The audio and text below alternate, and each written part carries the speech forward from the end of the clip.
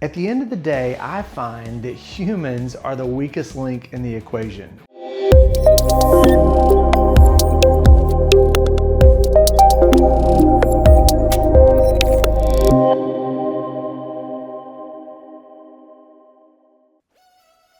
Hey guys, Alex Riles here from MicroAge. I thought we'd take a look at a relatively new term today in the cybersecurity industry called human risk management. Now, if you're not familiar with this term, it's just the idea of understanding, measuring, and reducing risk associated with human behavior in an organization.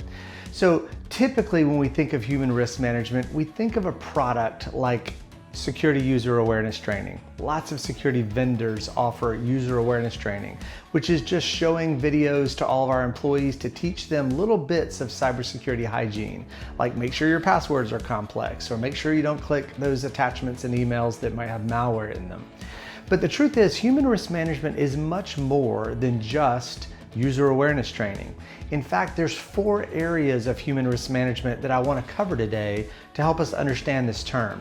So first of all, it's important that we identify and qualify human risk in our environment. So the truth is, we spend a lot of money in our budgets on lots of different cybersecurity solutions to protect our networks and our data and our cloud and our IoT devices. And all these are very good, and we need to spend our budget dollars in those things. But today, I find that humans are the weakest link in the equation. We're the ones who get social engineered by that smart hacker who convinces us to open an attachment we shouldn't open in an email, or who calls us on the phone and convinces us to reset our password whenever we probably shouldn't. Humans are the weakest link. So it's important that we first identify and qualify all the risks that we as humans pose to an organization.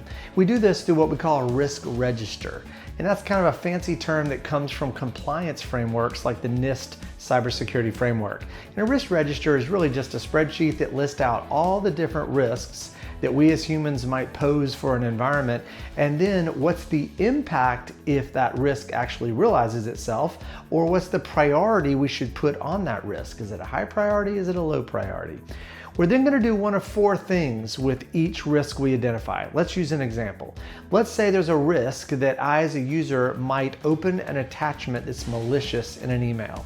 And that's going to download malware to my account, and that malware might spread throughout the organization. God forbid, maybe it's ransomware. If that's the risk that we define in our risk register, that I might open an attachment I shouldn't open, I have 4 things I could do with that. I could either accept that risk, meaning it's just going to happen, what are you going to do?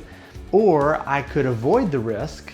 In this example, that might mean just taking email away from all of our employees. That's probably not a good answer, but we could avoid the risk if we really needed to. We could mitigate the risk. We might do this by purchasing an email security solution that would come in and scan all the emails, maybe detonate my attachments in some sort of a sandbox before the user opens them. Or we could transfer the risk. Maybe that means having a third party come in and manage my email security for me. So I'm transferring risk from myself to a third party. So with these 4 options with each of our risks, it gives us at least awareness of where human risk is in our organization. So identify and qualify risk is number 1. And that brings us to number 2, which is we need to prioritize and monitor that risk. Now, the way we prioritize is first understanding what the risks are, and then we step back and think which things are the highest priority. It turns out that most malware and ransomware comes into an organization through email. Someone clicks a hyperlink they shouldn't click, they open an attachment they shouldn't open. So I would say that type of human risk should be a high priority. But there's lots of other risks. There's a risk that I might transfer intellectual property from my organization to a USB thumb drive and then lose that thumb drive and someone else has access because maybe I didn't encrypt it. There's the risk that I might lay off an employee, and because they're mad and upset, they might steal a bunch of information or crash some of my servers on the way out the door. There's lots of risks that humans can pose to an organization, so it's important that we prioritize what those are, because then we can map our budgets correctly to mitigating those risks. Number three, we want to educate and train our users on the various risks to try to mitigate them or reduce them. Now, this is what takes the shape of user awareness training, typically in an organization. There are 2 to 3 minute videos. We make our employees watch 10 or 12 of these videos, teaching them good security hygiene in lots of different areas of security, like make sure that you don't let someone tailgate you into the front door of the office. Make sure your passwords are sufficiently long and complex. Make sure that you're not transferring IP to a thumb drive, or make sure that you're not clicking links that you shouldn't click in an email without really scrutinizing it and reading it carefully. Once you've trained your users, it's important to then assess their level of understanding, right? And we do this by, number one, letting them sign some document that says, I've been through the training, I passed the test, and I acknowledge our security policies as an organization. They're admitting that they've read the policies at least once, so they know, you know that they know them.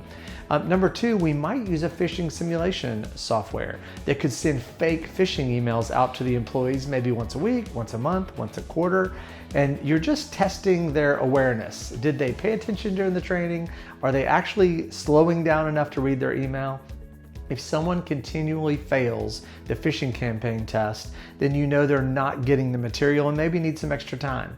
I had a friend of mine the other day told me that they had a vice president in their organization who failed the phishing scam email.